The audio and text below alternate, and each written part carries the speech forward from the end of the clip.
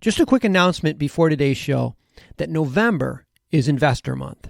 For the entire month of November, we will be featuring 12 cannabis investors. So if you're a cannabis company that's raising capital or an accredited investor that's looking for a firm to manage your cannabis investments, make sure to listen to Raising Cannabis Capital in November and get ready for 12 cannabis investor episodes.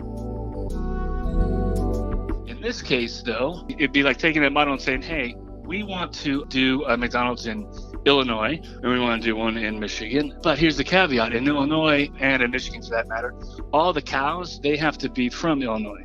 And not only do they have to be from Illinois, they have to be born in Illinois, and they have to be consumed in Illinois. From MJBulls Media, it's the Raising Cannabis Capital Show. I'm Dan Humiston, and on today's show, how this company has figured out a way to legally expand their successful cannabis brand nationally.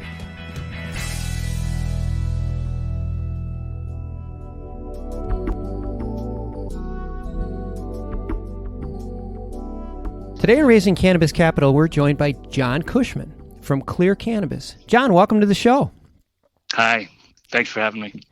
Well, for most of us, when we hear the Clear, we think of concentrates and dabbing products and the proprietary technology that your chemists and your scientists have developed over the years makes the Clear one of the most well-known brands. But I don't think people probably realize that it just didn't happen overnight. I mean, this is like 7 years or more that you guys have been refining the process, creating better brands and expanding the brand. So I think maybe we should start there. For people that know the Clear but don't know the whole story, can you just give us a quick snapshot of where you are with the Clear and how you got there? Yeah, absolutely. It's a distillate product, and it's been around for officially 7 or so years, created by Chris Barone in Long Beach, California. Really, Chris was the pioneer of distillate. He's a chemist. He figured out how to take the pieces of the plant that he wanted, in this case, the THC, and remove all the lipids, all the fats, all the other cannabinoids into a pure and clear THC product.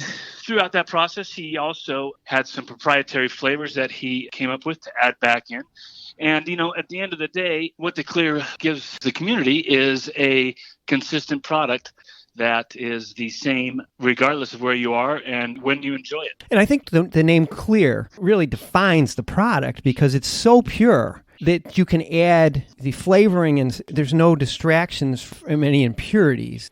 Absolutely, absolutely. You see many products out there that are not clear. We take pride in giving a pure product, thus the name again, as you said, it's clear, and we add flavors, and then some are just straight distillate, which is equally as enjoyable.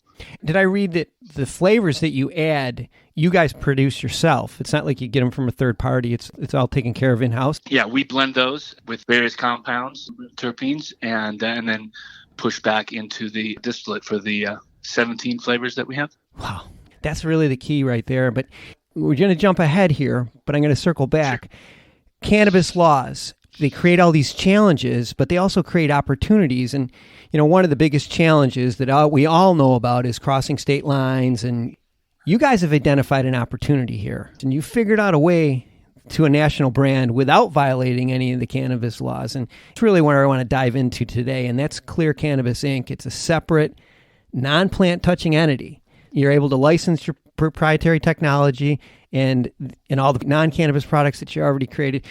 Maybe give everybody a more detail how this plan works. Sure, absolutely. A quick history, right? If we were any other product non-cannabis, you would make a great product and you would institute a supply chain, and we're in Denver, and then you would ship your product to every state in the union right out of Colorado. We've all been to a McDonald's. We know this story. Everything tastes the same everywhere you go, and the consistency. Now, that's a great model, and clearly that works.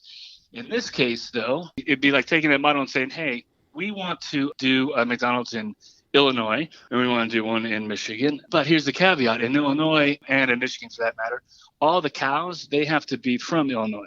And not only do they have to be from Illinois, they have to be born in Illinois, and they have to be consumed in Illinois. Because of the laws in the various states, we have come up with an equation in which we will go to the different markets. So let's say we'll go to Nevada or Michigan, and we will partner up with a entity in those areas, and then we will license the IP of the clear product to them and help them on all the phases of manufacturing and sales and all the kind of, I call it business 101 functions. It allows us to create a top shelf brand in the clear, and it also allows us to distribute that in non-conventional methods through our kind of partner network. At the end of the day, it allows the consumer to have a consistent product in any market that recreational cannabis is legal. I want to take a quick break to thank you for listening to today's show. As the leading cannabis podcast network, we're constantly adding new cannabis podcasts to support our industry's growth. And that's why we're so excited to announce our newest podcast, the Cannabis Breakout, which premieres October 25th. The show is about the thousands of Americans who remain in prison for violating cannabis laws that have long since been overturned.